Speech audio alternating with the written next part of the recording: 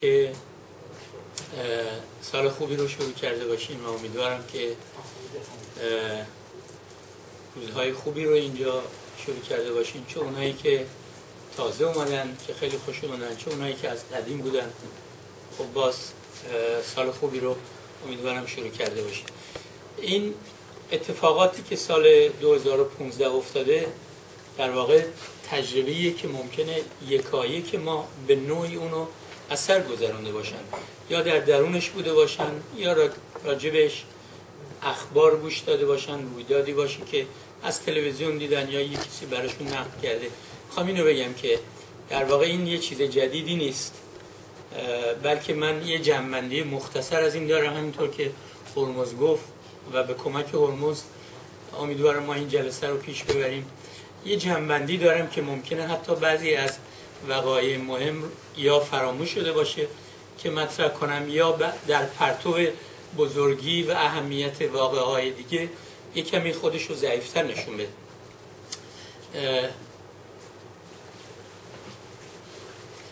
قبل از اینکه کل این بحثمو شروع کنم میخواستم اینو بگم که ما اینجا هر جمعه جلساتی داریم به نام پاتوق و موضوعات و سوژه‌های مختلفی تو این پاتوق انجام میشه. سوژه‌های سیاسی، اجتماعی، بعضن اقتصادی یا فرهنگی، حتی کورس گذاشته میشه از طرف این مؤسسه‌ای که ما اینجا رو ازش اجاره میکنیم، یعنی سنسوس. آخر هر ماه هم اینجا جشن داریم، یعنی 30 میاد، بستگی داره که آخرین جمعه چه روزی بیفته. ما اینجا معمولا جشن داریم. به هر حال اونایی که تازه اومدن خیلی خوش اومدن. تو سال گذشته میشه سال 2015 رو از زاویه‌های مختلف دید. هر نیروی، هر ارگانی، حتی هر آدمی اگر تو زندگیش آدم خوششانسی باشه میگه به هر چه سال خیلی خوبی بود، من این سال تونستم مثلا رفاه و آسایش پیدا کنم، یا اگر پناهنده است اقامت بگیرم. یا دولت‌ها ممکنه هر تصویری از اون داشته باشن، ولی به هر حال هر آدمی، هر نهادی، هر دولتی از سالی که گذشته یه تصویری داره. من مخالف اون دیدگاهی هستم که سال 2015 رو کاملا یک سال سیاه و سال به اصطلاح بسیار ناامید کننده توضیح میده، در این حالی که هممون میدونیم اتفاقاتی پیش اومده که یه تعداد زیادی یا کشته شدن یا اسیر شدن، یا یه رویدادهایی به وجود اومده که یا خود اون رویداد یا در پی اون فلاکت و بدبختی برای یه عده‌ای از مردم به وجود اومده، یا از یه عده‌ای سلب آزادی شده، آزادیشون سلب شده، یا نمیدونم مثل اتفاقات طبیعی تو بعضی از کشورها پیش میاد، مثل شیلی یا تایلند سیل اومده یا زلزله اومده. و به این معنا اون سال ممکنه سال بدشگونی تلقی بشه، ولی در مجموع وقتی نگاه میکنی میبینی که خب اتفاقات مختلفی پیش اومده. هر آدمی میتونه از این سال تعبیری داشته باشه. اینطوری که من نگاه کردم به سایت های ایرانی، عمدتاً میگفتن سال 2015 یک سال سیاه بوده در مجموع، و حال اینکه مثل اینه که مثلا شما زندگی به این زیبایی و رنگینی فقط رنگ تیره و سیاه رو آدم ببینه و رنگ‌های دیگه، رنگ‌های ملون، مثل اینه که مثلا فقط تو 4 فصل آدم فصل زمستون و سرما و سختی رو ببینه، هرچند ممکنه زمستون هم زیبایی‌های خودش رو داشته باشه و 4 فصل دیگر رو از دیده بندازه. به هر حال من اینو به عنوان یه مقدمه گفتم که بریم سراغ این سال. در این حال ما هر سال ما نزدیک به فکر می‌کنم 11 سال 10 سال این محل رو داریم که پاتوق و برنامه‌های مختلف داریم. معمولاً آخر سال رو جشن می‌گیریم، اول سال رو یه طوری که خودمون رو سرگرم کنیم و همدیگه رو ببینیم، یه ملاقات جدیدی شکل بدیم شروع می‌کنیم. منم در واقع این کار رو انجام دادم که یه حرفی برای زدن داشته باشیم، با یه نگاه به عقب، ولی در این حال با یه روشنبینی به جلو این سال رو شروع کنیم. این عکس‌ها ممکنه به ترتیب تاریخ نیاد، ولی به ترتیب تنوع رویدادهای سال 2015 رو منعکس می‌کنه. در ابتدای سال 2015، سال گذشته، حمله به نشریه‌ای به نام شارلی ابدو که یه نشریه فکاهیه، مثل اون زمان اونایی که همسن و متسال من هستن میتونن بگم مثلا نشریه توفیق تو ایران یه زمان اینطوری بود، قبل از اون نشریات دیگه بود، ولی توفیق یه نشریه فکاهی در این حال سیاسی اجتماعی بود. شارلی ابدو هم یه همچین نشریه بود در فرانسه که گروه تروریستی داعش با یه نقشه کاملا هدفمند و گروه های مختلف متشکل از چند نفر به هیئت تحریریه و محل این نشریه حمله کرد و تعداد زیادی، فکر میکنم 9 نفر 8 نفر یا 9 نفر رو کشت و یه تاثیر خیلی بزرگی تو نه فقط جامعه فرانسه و حتی نه فقط در اروپا بلکه در تمام دنیا به وجود آورد. حمله داعش برای اولین بار چند تا ویژگی داشت. اولا خارج از اون مرزهایی انجام شد که الان نقشه جغرافیایی داعش هست، یعنی بخشی از خاک عراق و بخشی از خاک سوریه. اولین بار این کارو کرد و اولین بار بود که در اروپا این کارو میکرد با این ویژگی گسترده و حتی اولین بار بود که به قلب فرانسه به عنوان مهد آزادی در اروپا یا لااقل به عنوان کشوری که از قرن 17 به این طرف به عنوان مهد آزادی در اروپا تلقی میشه و حمله به یه روزنامه و به اصطلاح نشریه فکاهی، حالا به هر دلیلی میخواد باشه، به دلیل واقعی که عکس مثلا از نظر اونا پیامبر یا مقدسین رو چاپ کرده بود. خب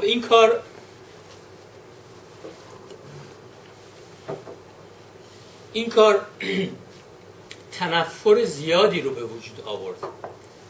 به ویژه تنفر زیادی رو از عموم مردم. چرا؟ برای اینکه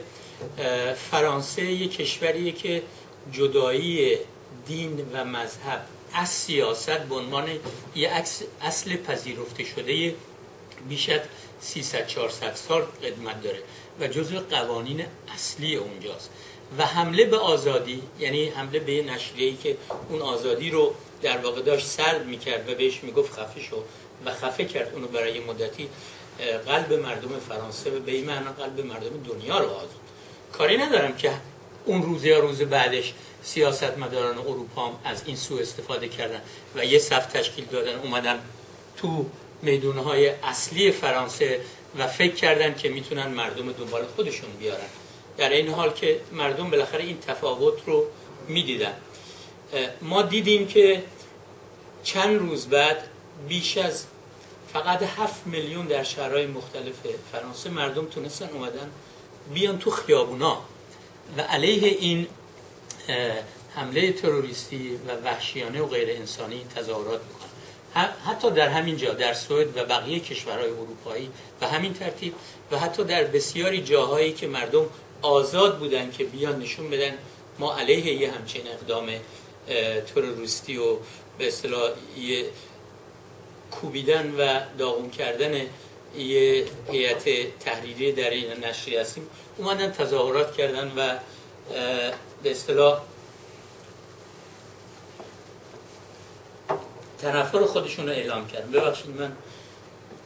باید مرتب یه چیزی بخورم چون حرف میزنم دهنم کف میکنم. بعد از اون باز دوباره میبینیم که داعش در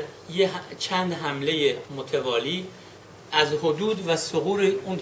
کشوری که به عنوان کشوری که الان در واقع به عنوان یه چی میدونم خلافت اسلامی میخواد اونجا برقرار بکنه، تو اون محدوده خارج میشه و میاد حمله میکنه به مناطقی از کردستان سوریه و بخشن کردستان ترکیه، چون قلمروی از کردستان عراق رو اوردی در اختیار داشت، در حال حاضر در اختیار داشت و شروع کرده بود به کشتن و از بین بردن هر موجود زنده‌ای که هست و داغون کردن سنت‌ها، فرهنگ، آثار باستانی و غیره و غیره. تو این رابطه خوشبختانه بخشی از مردم کرد متشکل در بخش‌هایی از کردستان سوریه و همینطور عراق در مقابل داعش وایسادن و بعد از شما دارین میبینید دیگه بخشی از اون جنبشی که موسوم به جنبش مردم کوبانی و شهرهای دیگه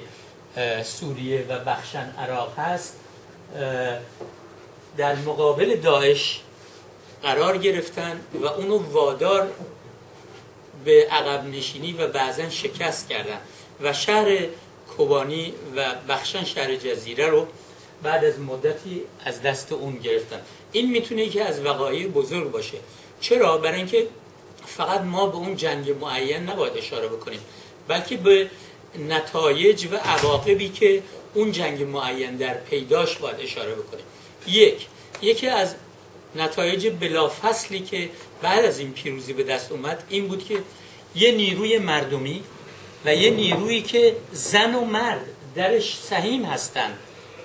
و دفاع میکنن از خانه و کاشانه و هستی خودشون میتونه در مقابل یک نیروی اهریمنی و عقب مونده به نام داعش با هر ایده و هر مرام و هر چیزی داره، ولی در واقع میشه گفت وجه اصلی این نیرو ضد بشر بودنشه، عملیات و اعمال وحشی علیه انسان هاست تو اون منطقه و جاهای دیگه. این نشون میده که اگر یه جریان، یه جنبش متکی بر مردم باشه، پیر و جوان، زن و مرد با تمام هستی که دارن، میتونه پیروز بشه و این پیروزی رو ما حتی برای یه مقطع کوتاهی در مقابل ارتجاع داعش در اون منطقه دیدیم. معنیش این بود که کشورهایی که مستقیم یا غیر مستقیم داعش رو به وجود آوردن یا کمکش میکنن الان، مثل ترکیه و قطر و عربستان سعودی تقریبا مستقیم کمکش میکنن، اینا در مقابل اراده مردمی که بخوان از جان و مال و هستیشون و از موجودیتشون در یک منطقه دفاع بکنن نمیتونن وایسن. در نتیجه اینا میتونن داعش رو به عقب نشینی و شکست وادارن، نه اون نیروهایی که کمکش میکنن و نه اون نیروهایی که به وجودش آوردن یه طورایی. این عکس‌های مختلفی هست که گفتم تقدم و تأخر تاریخی نداره، ولی میشه اینا رو دید. فقط اینو بگم هرمز جان، اگه چیزی از قلم افتاد از من لطفاً یادم بیاد. آره. این موضوع بعدی که فکر میکنم توی ماه یونی و یولی به قول سوئدی اتفاق افتاد، قراردادی بود که موسوم به 5+1، یعنی کشورهای غربی، تعدادشون الان نمیدونم ولی اینجا نوشته 5+1 و متحدین غربی در سازمان ملل متحد از دیرباز، یعنی از 13 سال پیش به این طرف که متوجه شدن ایران در حال ساختن بمب اتم و تأسیسات و تشکیلات هسته‌ای در مقابلش ایستادن. بعد از مذاکرات متمالی و متمادی طی این سالها و تحت فشار گذاشتن ایران به خصوص در مقابل به اصطلاح حصر اقتصادی علیه ایران که در واقع علیه مردم ایران بود و گرسنگی رو، قحطی و فلاکت رو به اکثریت مردم ایران تحمیل کرد، ایران مجبور شد که تن به یک قراردادی بده. من وارد جزئیات قرارداد نمیشم، ولی تن دادن به این قرارداد کاملا معلوم بود نتایج و عواقبی داشت که رژیم رو وادار میکرد از نقشه‌های شومش برای درست کردن بمب اتمی و تأسیسات اتمی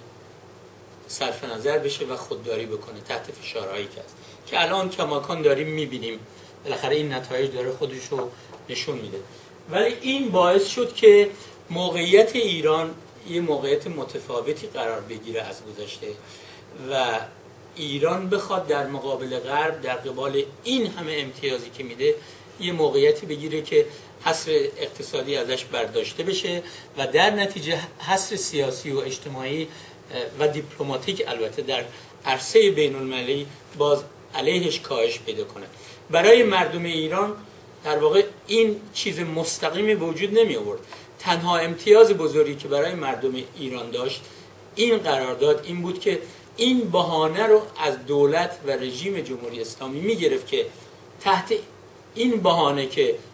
دنیا دشمن ماست، یا اونا بیشتر میگن آمریکا و اسرائیل دشمن ما هستن، مردم ایران رو تحت فشار و تضییق قرار میداد و اونا رو بیش از پیش به عقب میروند و زندگیشون رو به فلاکت و نیستی تهدید میکرد. این هم یکی از اتفاقاتی بود که به خصوص به ما ایرانیا برمیگشت، ولی خیلی واضحه که این مسئله در سطح جهانی انعکاس خودشو داشت.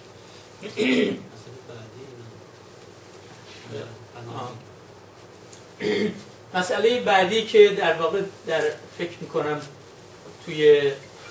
ماه آگوست اون طرفا شروع شد، رویاوری بخش بزرگی از پناهندگانی که به خصوص در ترکیه و در کشورهای شمال آفریقا که کنار به اصطلاح دریای خاورمیانه بودش. این تصاویر خودش خیلی گویاست، ولی در واقع این تصاویر نشون میده که به خصوص مردم سوریه بیش از 37 میلیون جمعیت داره و طبق آماری که گزارشگرای مختلف و خبرنگاران میدن، از این 37 میلیون نزدیک به 11 میلیونش در ترکیه، در لبنان، در اردن و حتی در خود سوریه در حال مهاجرتن، فرار از جنگ و وحشیگری و ویرانی و اینا هستن. ولی این بخش بزرگ به خصوص در ترکیه متمرکز شده بود و در بدترین وضعیتی زندگی میکرد که کمتر تاریخ به خودش دیده، لااقل بعد از جنگ جهانی دوم. ولی به تدریج تحت فشارهای بین‌المللی و در عین حال برای اینکه ترکیه غرب رو تحت فشار قرار بده و از اون امتیاز بگیره، به اصطلاح دیوارهای خودشو، درهای خودشو به روی مهاجمین و پناهجویان باز کرد که اینا بیان به طرف اروپا و از اون وضع خلاص بشن، لااقل یه سرپناهی اینجا پیدا کنن. و ما میبینیم که در واقع شروع این کار از اون تاریخ معین با این عکس و دیدن این عکس و پیدا کردن یه بچه تقریباً 2.5 سال 3 ساله که غرق شده بود در دریا، روح و روان هر کسی که احساس انسانی و آزادگی میکرد به درد اومد و کشورهای اروپایی لااقل مجبور شدن برای کوتاه مدت از کانال یونان و کشورهای جنوب اروپا سیل پناهندگان رو راه بدن و اونا بیان به کشورهای مختلف. اینکه این پناهنده ها چند نفرن اینا اصلا مسئله ثانویه، ولی اینکه بالاخره اینا بخش بزرگی از انسانهایی هستن که قربانی وضعیت جنگ، خونریزی و کشت و کشتاریه که به خصوص در سوریه شکل پیدا کرده و کشورهای معینی از یک طرف علیه سوریه هستن، مثل ترکیه، مثل عربستان سعودی، مثل قطر و بقیه متحدینشون که جنگ نیابتی میکنن و همینطور آمریکا از اون بالا و ایران، روسیه، غیر مستقیم چین و بقیه جانبدار اسد هستن و این دیکتاتور رو با این وضعیت نگه داشتن و سوریه رو به این سیاه‌روزی و فلاکتی نشوندن که همه ما داریم می‌بینیم که این در واقع یه چشمه‌ای از اون اوضاع احوالی که می‌بینیم. خب الان طبق آماری که می‌دادن شب عید دقیقاً من گوش می‌کردم، میگفتن این الان اومد وارد مرزهای اروپا شد، این اولین نفریه که 1 میلیون چیز وارد اروپا شده، 1 میلیون پناهنده وارد اروپا شده. اینکه این 1 میلیون که وارد شده چه وضعیتی داره، خب همه ما میدونیم. همه مردم، 90% مردم با دل و جون داوطلبانه رفتن کمک کردن، حتی بعضی به خونه هاشون راه دادن اینا رو برای اینکه یه سرپناه موقت داشته باشن و دولت ها به ناچار مجبور شدن. اون رفیقمون که الان رفت گفت که رئیس دولت اینجا، رئیس اصطلاح سوسیال دموکراتا چی گفت، چه قولی داد؟ گفت ما دیوار نمیکشیم برای ورود، ولی مجبور شد سیاستی رو در پیش بگیره که تا اول هفته گذشته من گزارش ها رو گوش میکردم، میگفتن فقط 1 نفر تونسته از بچه های زیر 18 سال وارد سوئد بشه. یعنی دوشنبه گذشته 1 نفر. یعنی اینطوری دیوارهایی به اون بلندی درست کردن که فقط 1 نفر تونسته وارد بشه. دوشنبه بله همه رو برمیگردونن. فقط 1 نفر تونسته زیر 18 سال، بقیه رو چیزی نگفتن. زیر 18 سال 1 نفر اومده و حالا که قبل از اون گزارش دادن نزدیک به 33,000 نفر از این جمعی که خودشون میگن بین 165 تا 145 من دقیق نمیدونم وارد شدن ظرف این سال 2015 33,000 نفرشون جزء کسایی هستن که زیر سن 18 سال هستن و دوشنبه گذشته میگفتن که فقط 1 نفر زیر 18 سال اومده. اونهای دیگه خب خیلی سخت‌تر میتونن بیان. مسئله آخر این کورن درسته آره آخرین روز سال آخرین روز سال آره کاملا درسته. آخرین روز سال و البته هرمز بیشتر از من آگاهی داره، اطلاعات کسب کرده، شاید بهتر از من بتونه اینو توضیح بده، ولی کل واقع اینطوری بوده که شب سال نو معمولا تو کشورهای اروپایی تو پایتخت‌های اصلی خب همه جا جشن و سرور و چراغونی هست، ولی تو پایتخت‌های اصلی تو مراکز شهرها معمولا دخترها و پسرها میان تا پاسی از شب حتی تا صبح تو خیابونا هستن و اینجا در واقع در کل اروپا این آزادی وجود داره که زنها بتونن تا پاسی از شب تو خیابون باشن و افکار عمومی، حالا ممکنه اینجا و اونجا تعدی و تعرضی هم شه، ولی افکار عمومی، سنت‌ها، قوانین، رویه زندگی در اینجا این اجازه رو میده به اونا که آزادانه بیان و کسی مانع رفت آمدشون و شادی و نشاطشون نشه. ولی کاملا معلومه در شهر کل به عنوان یکی از شهرهای مرکزی آلمان و اروپا که اونجا سنت‌های خیلی قدیمی در پاس داشتن شب سال نو و جشن و سرور داشتن تا صبحگاهی، حتی صبحگاهان، یه عده‌ای کاملا سازمانی یافته، میگن حدود 1000 نفر کم و بیش، از تبلیغات زیادی است که اینا پناهنده بودن. ممکنه پناهنده باشن، اینش مسئله نیست، ولی هیچ کس نمیتونه یه عددی مثل 1000 نفر، حالا بگو 900 نفر، هر چقدر، آگاهانه نقشمند در یه ساعت معینی و در شکل دادن به دستجات 3 تا 5 نفری در مرکز یه شهر بزرگی مثل کل که نزدیک 2.5 میلیون جمعیت داره، در مرکز شهر، در اونجایی که به اصطلاح خطوط راه آهن هست و یک کلیسای جامع خیلی بزرگ با میدون خیلی بزرگی جلوش هست که معمولا این جشن‌ها اونجا گرفته میشه و بازار خرید و فروش وسایل عید و اینا سازمان یافته بیان و تمام دختران و زنانی رو که بین یک ساعت معین بعد از تحویل سال نو در اونجا خودشون یا راه میرفتن یا از اونجا عبور میکردن یا بالاخره مشغول یه شادی و نشاطی بودن، مورد آزار و اذیت قرار بدن، حتی تجاوز کنن به بعضیا، کیفشون رو ببرن، وسایل شخصیشون رو ببرن و بدزدن و اذیت بکنن. اگه آدم بخواد اینا رو تو فیسبوک یا یوتیوب ببینه، خیلی فیلم‌های بدی رو حتی میتونه فیلم‌های 1 دقیقه 2 دقیقه از این تجاوز و از این تعدی ببینه. این آخرین چیزیه که ما میتونیم بگیم در تو سال 2015 اتفاق افتاده. ولی من سازمان یافته من خیلی ساده است، منظورم اینه که اینا همینطوری نیومدن. این خودش جای سواله، آدم میتونه حدس بزنه که کی این کارو کرده. میتونیم در ممکنم بخوره، چون بالاخره این سیل 1 میلیونی که اومده همه آدمایی نبودن که الزاماً از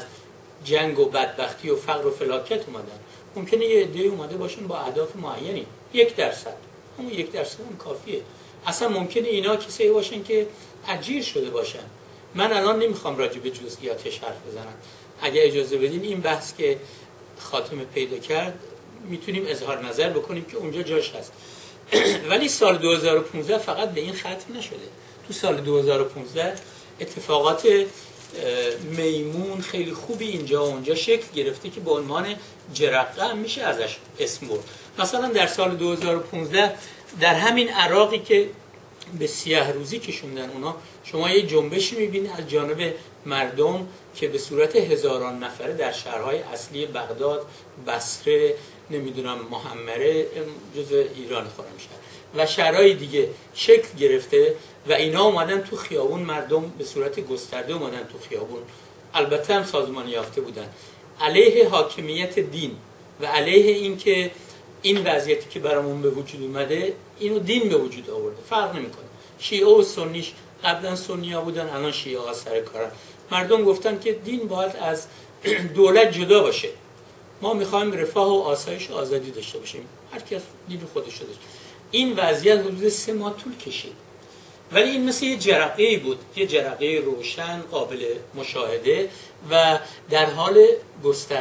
گسترده شدن توی منطقه بود. میخوام بگم که بالاخره سال 2015 سالی نبودی که فقط با کشتار و جنایت و قحطی و هجوم میلیونی مردم از یه نقطه جغرافیایی به یه نقطه جغرافیایی دیگه باشه. همین حرکت و یه نوع دیگه ما در افغانستان میبینیم. شما میدونید که مثلا در افغانستان در سال گذشته به طور خیلی فجیعی، فکر میکنم 2 دختر رو به اصطلاح به طور بسیار فجیع و غیر انسانی چندین مرد گرفتن، بهش تجاوز کردن و کشتنش. یا یه مورد سنگسار داشتیم. در موارد مختلفی مردم متفاوتی با تظاهرات‌های گسترده تو شهرهای اصلی افغانستان در واقع علیه این وایسادن و علیه دولت که توانایی قدرت نداره که جلوی این وحشیگری ها رو ببینه. تو ایران هم به همین ترتیب، تو ایران هم حرکت ها و جنبش های مختلف مردمی، از نمیدونم همین جنبش اخیری که در رابطه با چی بهش میگن دیوار مهربانی شکل گرفته، درست میگم؟ جان؟ آره، مثلا تا حرکت هایی که کارگران مختلف در مناطق مختلف شهرهای متفاوت علیه بی‌حقوقی و کاهش دستمزدها و غیره را افتادن. در لبنان هم یه همچین حرکتی، البته همه صنوف، من فقط منظورم خب آره پرستارا، معلمین، کاملا درسته، در همه صنوف در واقع این من فقط گفتم اشاره میکنم. در لبنان هم یه جنبش 1 ماهه به نام جنبش آشغال، اگه اشتباه نکنم اسمشو گذاشته بودن، جنبش آشغال، به دلیل اینکه شهرداری وظایف خودشو انجام نمیداد که آشغالای محله رو ببره. مردم در حال اعتراض کردن بودن به اینکه با این همه که کار میکنن، زحمت میکشن، مالیات میدن، ولی شهرداری عرضه نداره که ترتیب بردن آشغالا رو از محل زندگی مردم بده. به همین خاطر یه اسم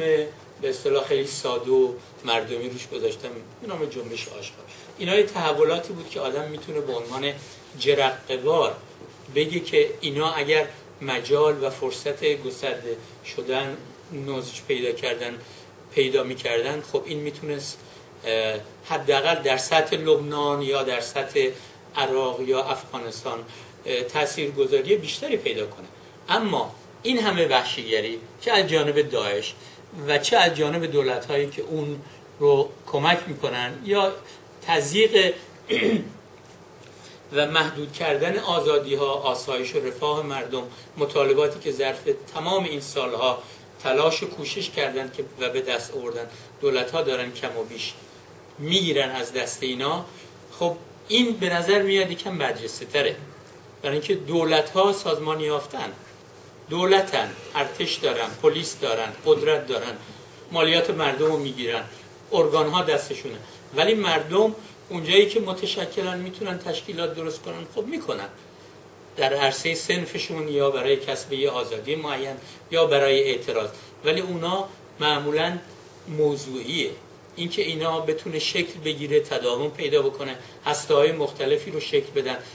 یه هدف استراتژیک و دراز مدت داشته باشه. خب این برمیگرده به 1001 فاکتور که اون فاکتورها باید تامین بشه. چیزای دیگه ای هست که من میتونم اشاره بکنم، ولی اجازه بدین اگر هرمز صحبتی داره در ادامه صحبت‌های من مختصر حرفشو بزنه. وگرنه یه رویدادهایی است که الان میشه دید به خصوص در کشورهای جنوب اروپا و بسیار خطرناکه، هم در مجارستان و هم در لهستان. خیلی ممنونم که صحبت‌های منو گوش دادید. خسته نباشید شما.